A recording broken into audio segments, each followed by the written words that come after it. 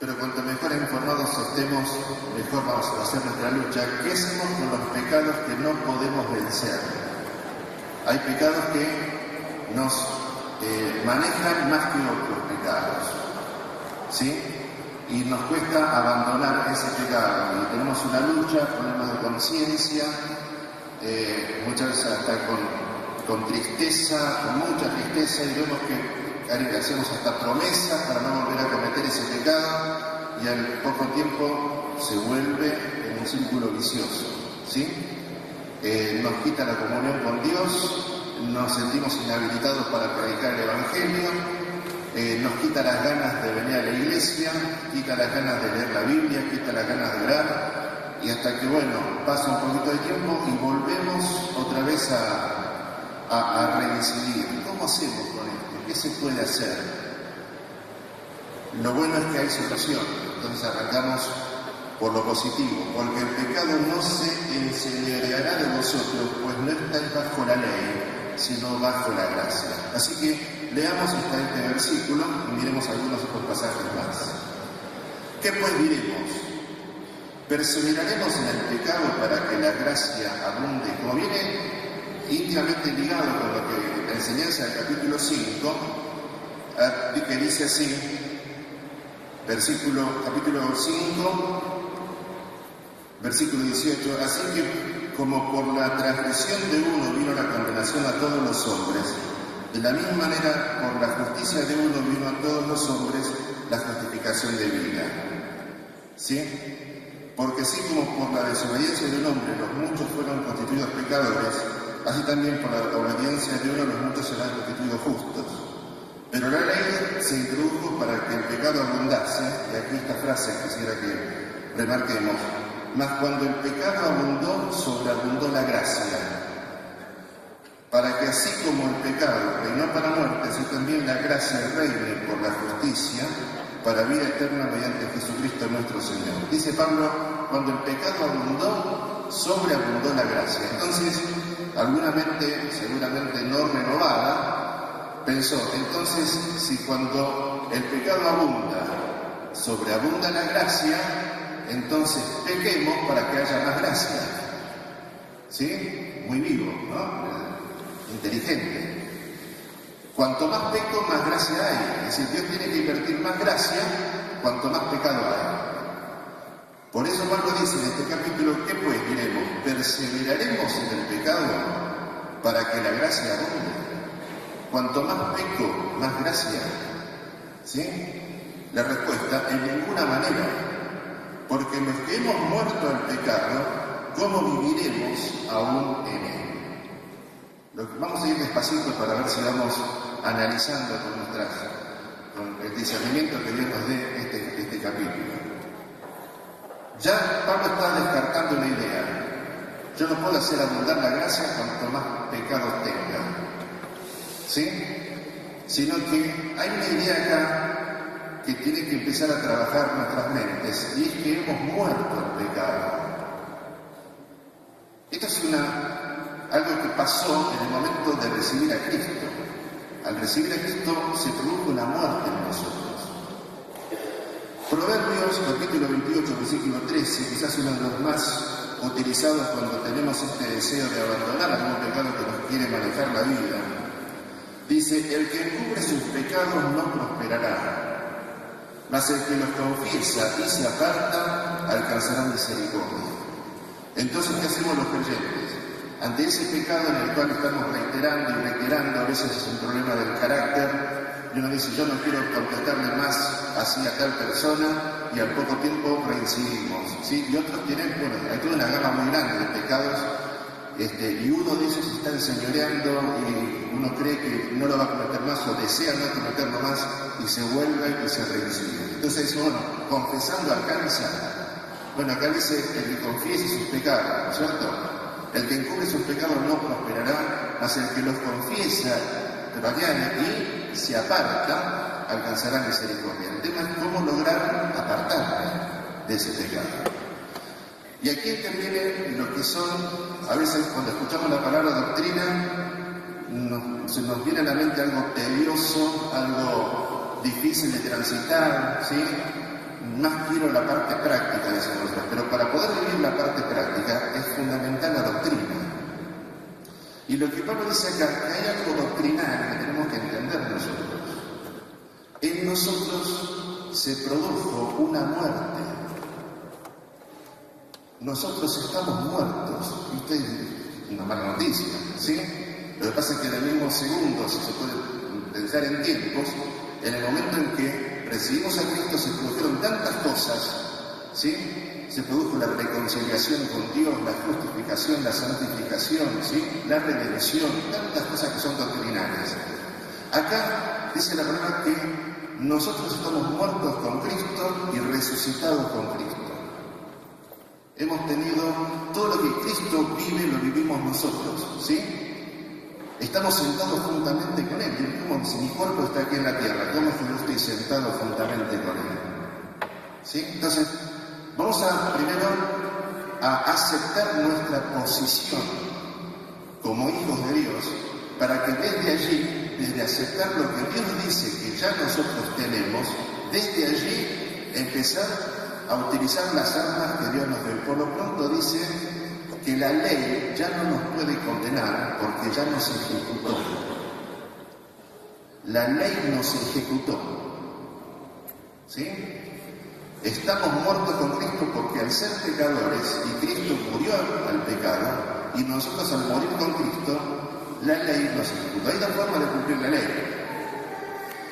Por ejemplo, las leyes humanas, ¿sí?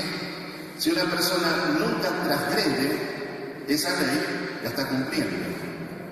Pero si transgrede esa ley, lo condenan y cumple la condena, ¿cumplió la ley o no? Entonces tienes que decir que sí, la cumplió. ¿Sí? ¿Por qué? Porque cumplió con la condena. Una persona que sale preso, ¿cumplió la ley? Sale de preso, cumplió la condena, no, cumplió la ley. ¿Qué dice la ley sobre el pecador? Sobre el pecado. La paga del pecado es muerte. Listo. No es caminar a Luján, disculpen los que lo hayan hecho, ¿sí? No es comprar nada, no es invertir, no es donar, es morir.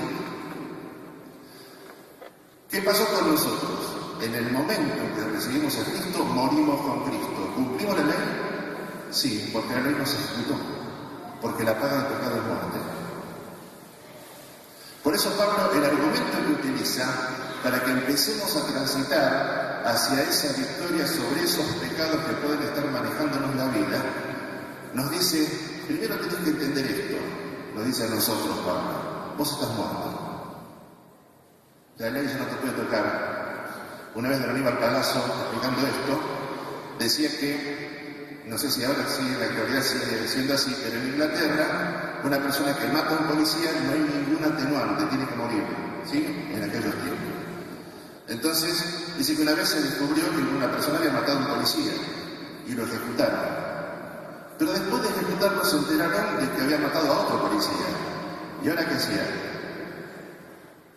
¿Lo podían volver a matar? No, ya la ley lo había ejecutado.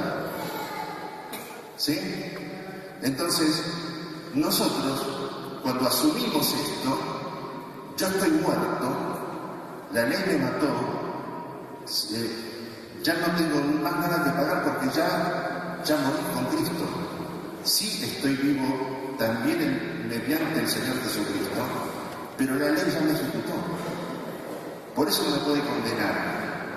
Y la base en la cual Pablo se afirma, en el capítulo 8, yo no me quiero adelantar, es que los creyentes vamos a estar experimentando el poder del Espíritu Santo en nuestras vidas si este tema está bien asimilado, que no hay condenación. No hay condenación para los que están en Cristo Jesús. Si no hay condenación, yo me estoy proyectando a una vida en el Espíritu, porque ya no estoy con Dios porque no hay condenación, no estoy con Dios por miedos, no estoy con Dios por miedo a la condenación, estoy con Dios por la gratitud que me provoca saber todo lo que Cristo hizo por mí. ¿Vamos entendiendo? Fíjense que me dice Romanos 8. Ahora pues, ninguna condenación hay para los que están en Cristo Jesús. No hay condenación. La ley me ejecutó. ¿Me puedo volver a condenar? ¿Dios cobraría una misma deuda 2 veces? Si ya se la cobró a Cristo, la deuda mía, ¿me la va a volver a cobrar a mí? No, eso no sería honesto. Si una persona, si alguien le debe, entonces le cobra a otra persona que paga por el otro, ¿no es cierto? Yo pago por fulano. Después el deudor va y le cobra también al fulano. Sería cobrar la deuda 2 veces. Entonces, Dios ya le cobró a Cristo nuestra deuda. No tenemos nada que pagar. La ley nos ejecutó. Estamos muertos juntamente con Él. ¿Sí? Esto es un principio, pero no es el todo. Yo puedo saber que estoy muerto con Cristo.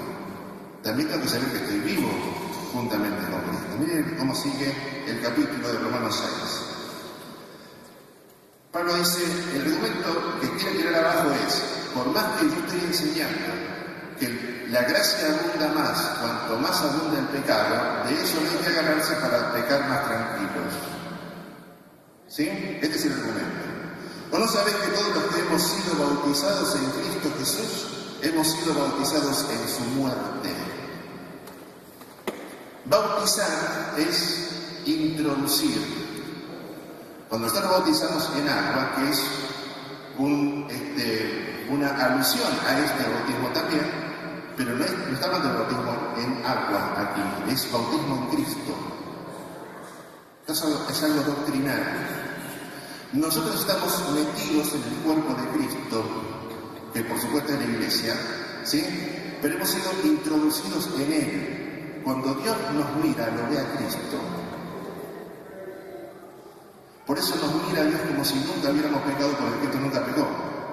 Y es la palabra justificación que apareció en el capítulo 5. Justificados pues por la fe, tenemos paz para con Dios por medio de nuestro Señor Jesucristo. Justificación también es una palabra doctrinal, pero cuando uno la entiende, se afirma en esta verdad y dice, yo estoy justificado. Pero es el reconocimiento de que nunca pequé, no es perdonado. ¿Sí? Perdonar es una cosa y justificar es otra. Yo sigo dando ejemplo de don Aníbal porque creo que me marcó tanto con estas enseñanzas. He contado una vez que un general francés, Dreyfus, ¿sí? El gobierno había hecho toda una redada contra él para ponerlo preso. Y era todo mentira de lo que lo habían acusado, pero lo habían logrado meter preso. Después, todo el movimiento político los presionaba a la gente del gobierno para que lo soltaran. ¿Sí? Entonces le quisieron hacer una propuesta. Le dijeron, bueno, Dreyfus, vamos a hacer una cosa. Te sacamos de la cárcel, pero ponemos como que te perdonamos lo que hiciste. Y Dreyfus dijo, no, si no salgo de la cárcel, voy a salir justificado, no perdonado. Porque si él salía perdonado, ¿cómo salía el tema? Como que él había cometido la falta. Pero si él sale justificado, es el reconocimiento de que nunca lo hizo. ¿Sí? Nosotros fuimos no perdonados. Cada vez se nos perdonó un poco, porque siempre nos dijeron que estábamos perdonados. Que también es verdad. ¿Sí? Dios pasó por alto nuestros pecados. Pero fuimos justificados porque al estar en Cristo, Dios nos mira como si nunca hubiéramos pecado. Terrible. No es que Dios no sabe que hemos pecado, sino que legalmente hemos sido justificados. ¿Sí? Esto nos pone en un estado bajo la gracia de una bendición tan grande, porque entramos ahora a la presencia de Dios no como basuras, sino como personas justificadas, con el derecho de entrar porque estamos en Cristo. ¿Qué es lo que va a presentar ahora? Presentados nosotros delante de Dios, y como vivos de entre los muertos, y vuestros miembros a Dios como instrumento de justicia. No va a cambiar